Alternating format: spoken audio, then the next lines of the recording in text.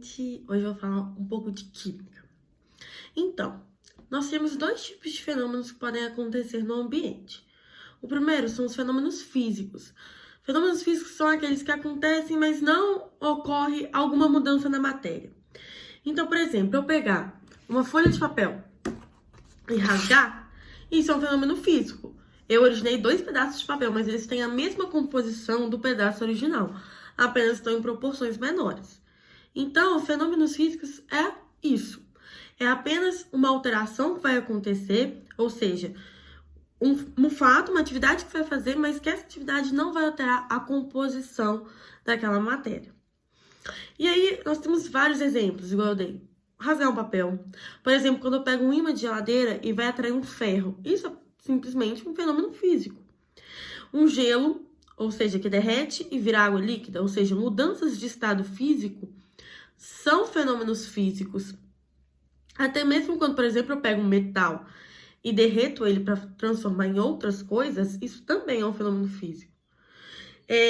Quando eu pego, por exemplo, água, açúcar e dissolvo, por exemplo, na água, também é um fenômeno físico. Eu não alterei a composição. A água continua sendo a água, o sal e o açúcar continuam sendo o sal e o açúcar, e quando eu separar esses dois, eles continuam tendo a mesma composição, tá? Agora, fenômenos químicos são aqueles que eu tenho alteração da composição da matéria. Como assim? É quando eu tenho duas substâncias reagindo e gerando uma nova substância. Então, por exemplo, quando um objeto enferruja. Eu tenho ali as ações do tempo e eu tenho originando uma nova substância. A ferrugem é uma nova substância originada. Quando, por exemplo, um papel é queimado, libera o quê? Fumaça. É uma nova substância que foi originada. Quando, por exemplo, eu pego um comprimido efervescente e coloco na água, vai sair um gás ali, não vai? Quer dizer que eu tenho uma nova substância gerada. Por exemplo, quando uma fruta apodrece, ela fica preta, ela libera um cheiro ruim, ou seja, nova substância formada. Quando o ovo cozinha, ele fica duro, ele cria outra consistência. É como se ele virasse outra substância. Então, também é um fenômeno químico. Então, tem algumas coisas que podem me ajudar a identificar. Por exemplo, você olha lá, e eu tenho vários tipos de fenômenos, e vai pedir pra você colocar se ele é químico ou se ele é físico. Você olha, por exemplo, teve mudança de cor, de cheiro ou de sabor? É químico. Teve formação de algum gás? É químico. Teve formação de algum sólido? É químico.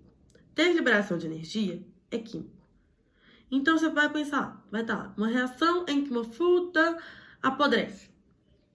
Ela libera cheiro, ela muda a cor, muda o aspecto, muda o gosto, não muda? Então, só pode ser químico.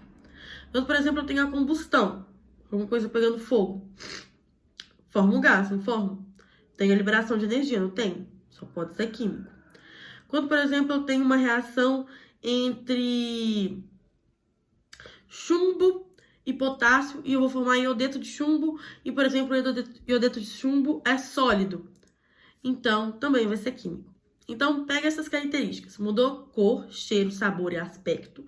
Formou gás, liberou energia ou formou um sólido, vai significar que é químico. Pensa sempre nisso antes de identificar, tá bom?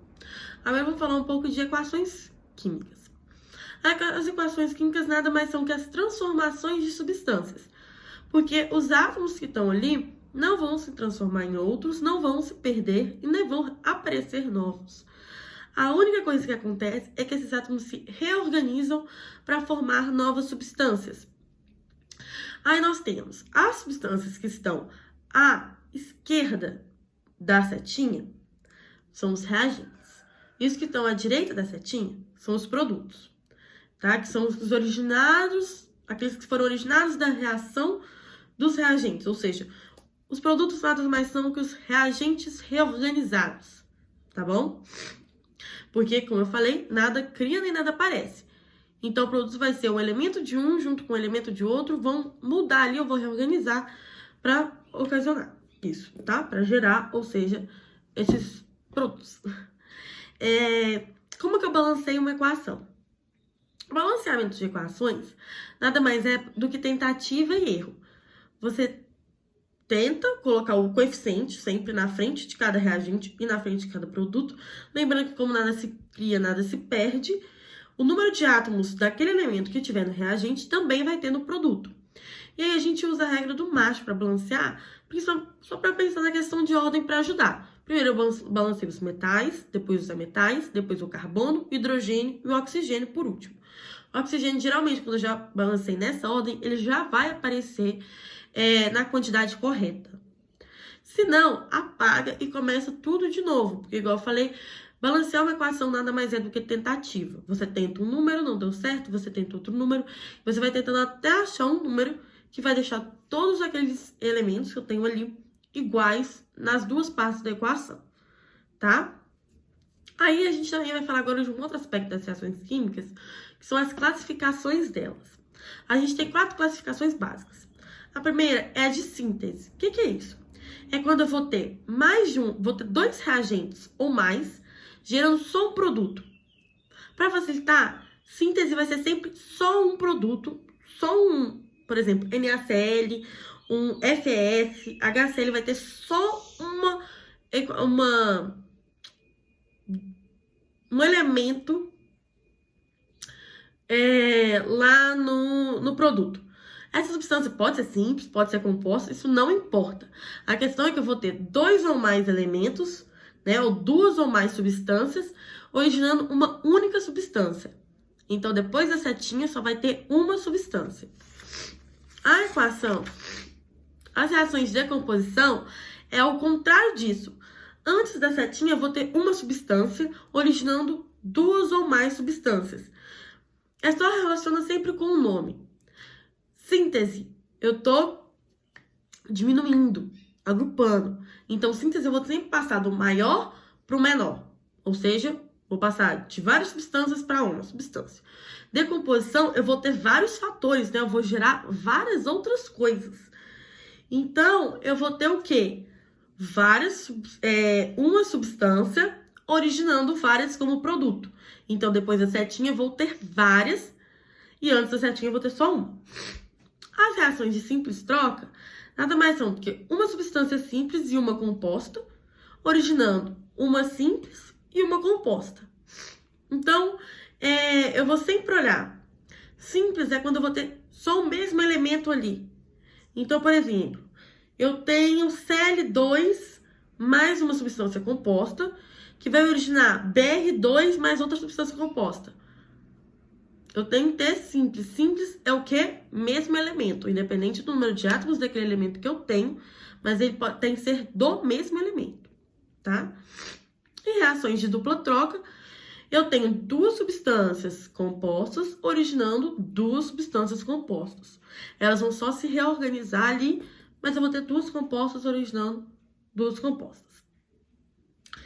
Aí agora vamos falar um pouco das relações estequiométricas.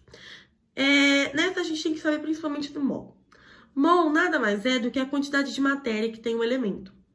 Ou seja, mol é a quantidade de matéria. Né? Aí a gente encurta esse nome para mol. A gente sabe que como os átomos são unidades muito pequenas, eu vou ter números muito grandes. E aí eu tenho que 1 mol é igual a 6 vezes 10 elevado a 23, ok? 6 vezes 10 elevado a 23, não esquece isso. Então, por exemplo, quando o meu coeficiente lá, eu balancei a equação, o meu coeficiente de cada elemento foi 1. Esse 1 equivale que eu tenho 1 mol daquela substância. Se for 2, se for 3, aí vai ser que eu tenho 2 mols, 3 mols e assim sucessivamente. Então, é o coeficiente de uma equação que vai me dizer quantos mols eu tenho naquela substância, tá? Massa molar, eu vou pegar e vou lá na tabela periódica e eu vou olhar o número de massa de um elemento. E aí eu olho, por exemplo, que o carbono tem 12 gramas por mol. E aí eu sei que eu tenho só 1 mol do carbono, então vai ficar 12. Eu sei que, por exemplo, o hidrogênio é 1 grama por mol, mas eu tenho 4 hidrogênios, então vou multiplicar 4 vezes 1. Entendeu? Massa molar é a soma das massas dos elementos que compõem uma molécula. Então, eu simplesmente vou olhar o número de massa na tabela periódica e multiplicar pela quantidade de átomos que eu tive ali naquela molécula. Simplificando tudo, eu vou olhar o número de massa lá na tabela periódica e vou multiplicar pelo número de átomos que eu tenho naquela molécula. Então, vamos lá. Se eu analisar uma reação, primeiro eu olho o número de mols, que vai ser o meu coeficiente numérico, ok? Depois, eu vou olhar o número de massa. Procuro o número de massa de cada elemento na tabela periódica, volto, escrevo e multiplico pela quantidade de átomos que aquele elemento tem. Depois eu vou olhar o volume. Volume só pode ser analisado para gases, ok? Apenas gases possuem volume. 1 mol de gases equivale a 22,4 litros. Se falar que é sólido, volume deixa. Gases que eu posso medir, o volume, que é 22,4 para 1 mol. Então, se eu tiver 2 mols, por exemplo, eu multiplico. E eu termino olhando moléculas. Moléculas, eu sei que 1 mol é 6 vezes 10 elevado a 23 moléculas, certo? Então, por exemplo, se eu tiver 12 mols naquele elemento, eu vou multiplicar 12 vezes 6 elevado a 10 a 23, tá? Então, é isso de reação estequiométrica que até agora a gente vai analisar numa reação. Primeiro, eu vou olhar o número de mols, que é o coeficiente que eu tenho ali na frente de cada substância. Depois, eu vou olhar o número de massa. Olho na tabela, volto e multiplico pela quantidade de átomos que aquele elemento tem. Vou olhar o volume. Só posso olhar volume para gases. E eu sei que 1 mol equivale a 22,4. Eu olho quantos mols tem e multiplico por esse valor que é fixo. E por último, a quantidade de moléculas. Eu sei que 1 mol equivale a 6 vezes 10 elevado a 23 moléculas. Olho quantos mols tem e multiplico por esse valor também, tá? De química é isso. Espero que tenha ajudado e muito obrigada. Dá um like e se inscreva no nosso canal.